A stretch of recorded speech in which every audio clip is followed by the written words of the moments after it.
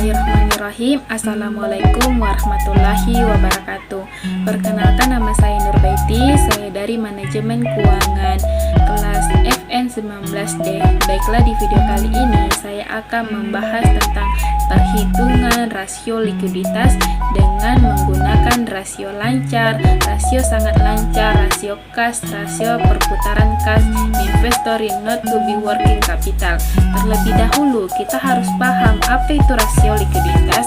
Rasio likuiditas adalah kemampuan perusahaan untuk memenuhi kewajiban lancarnya yang diukur dengan menggunakan perbandingan antara aktiva lancar dengan kewajiban lancar. Dengan kata lain, likuiditas merupakan rasio yang menggambarkan kemampuan perusahaan dalam memenuhi kewajiban atau utang jangka pendek, baik kewajiban kepada pihak luar perusahaan maupun di dalam perusahaan. Artinya, apabila perusahaan ditagih, perusahaan akan mampu untuk memenuhi utang tersebut, terutama utang yang sudah jatuh tempo.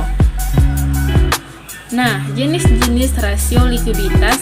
Jenis-jenis rasio likuiditas yang dapat digunakan perusahaan untuk mengukur kemampuan yaitu: yang pertama, rasio lancar; yang kedua, rasio sangat lancar; yang ketiga, rasio kas; yang keempat, rasio perputaran kas; yang kelima, inventory to net working capital.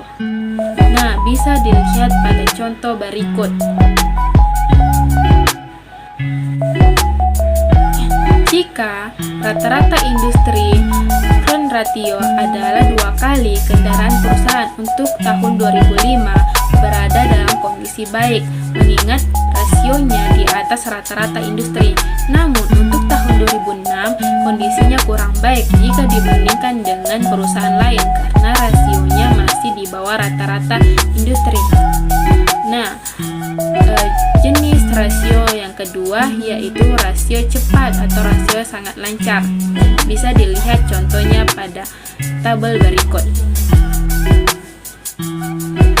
Jika rata-rata industri untuk current ratio adalah 1,5 kali, maka keadaan perusahaan lebih baik daripada perusahaan lain.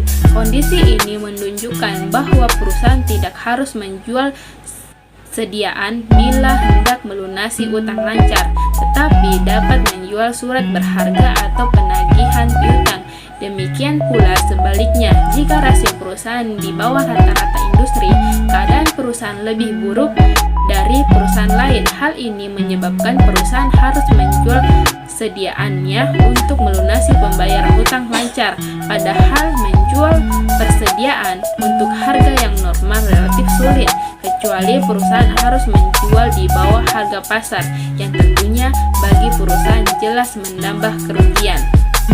Nah, jenis rasio likuiditas yang ketiga yaitu rasio kas. Bisa dilihat rumus dan contoh soalnya. Jika rata-rata industri untuk kas rasio adalah 50%, maka keadaan perusahaan lebih baik dari perusahaan lebih baik dari perusahaan lain. Namun kondisi rasio kas terlalu tinggi juga kurang baik karena ada dana yang menganggur atau yang tidak tahu belum digunakan secara optimal. Sebaliknya, apabila rasio kas di bawah rata-rata industri, kondisi kurang baik ditinjau dari rasio kas karena untuk membayar kewajiban masih memerlukan waktu untuk menjual sebagian dari aktiva lancar lainnya. Nah, jenis rasio likuiditas yang keempat yaitu rasio perputaran kas. Bisa dilihat rumus dan contoh pengerjaan soalnya. Jika rata-rata industri untuk perputaran kas adalah 10%, keadaan perusahaan pada tahun 2005 kurang baik karena masih cukup jauh dari rata-rata industri. Namun, kondisi tahun 2006 dikatakan baik karena kondisinya sama dengan rata-rata industri. Nah, jenis rasio likuiditas yang kelima yaitu inventory to net working capital. Bisa dilihat rumus dan contoh soalnya.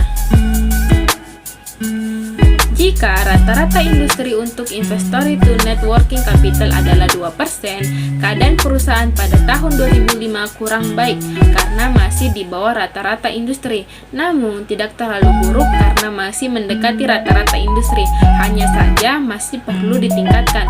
Untuk tahun 2006 kondisinya baik karena berada di atas rata-rata industri, artinya perusahaan melakukan peningkatan inventory to net working capital di tahun sebelumnya. Baik, hanya itu yang bisa saya sampaikan. Lebih dan kurangnya saya mohon dimaafkan. Wabillahi taufiq walhidayah. Wassalamualaikum warahmatullahi wabarakatuh.